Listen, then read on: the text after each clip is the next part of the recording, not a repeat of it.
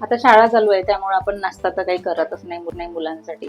त्यामुळे सकाळी भाजीपोळी, दुपारी भाजीपोळी, संध्याकाळी भाजीपोळी तर खाऊन कंटाळून जातात. त्यासाठी इथे आपण दुपारी नाश्ता बनवणार आहोत. ते पण कशाचा? पोह्याचा.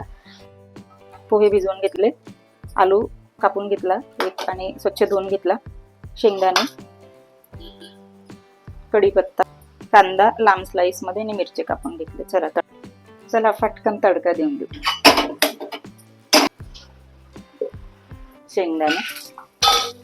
शेंगदाणे तळून घेऊ पहिले लो फ्लेम वरती. आणि हे बघा शेंगदाणे तळून झाले, काढून घेऊ. मध्ये पहिले आलू टाकून घेऊ. आलू चांगले शिजू देऊ आपण. थोडस मीठ, हे बघा हलकेसे परतून झाले. राई,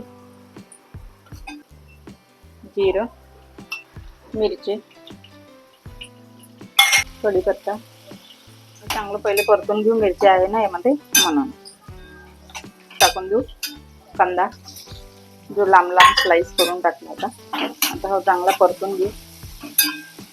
तोपर्यंत हे बघा आपण पोहे धुवून ठेवलेले होते, 2 पाण्याने स्वच्छ धुवून छान असे मोकळे झालेले आहेत.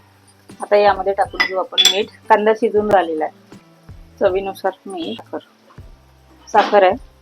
ते चांगलं मिक्स करून घेऊ.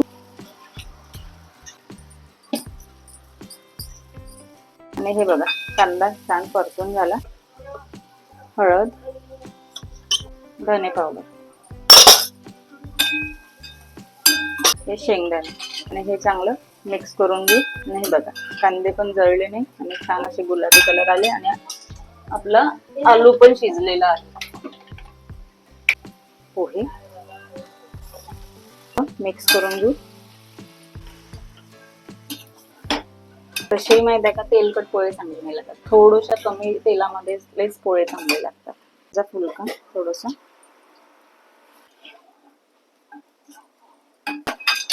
झाकण ठेवून 2 मिनिटं शिजवून. आता यावर टाकायचा सांबार. सर्व करून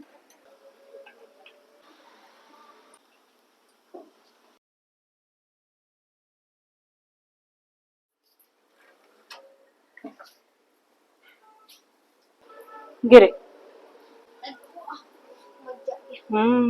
मज्जा. खाऊन पाहता ते चांगले. तिखट मीठ बरोबर आहे.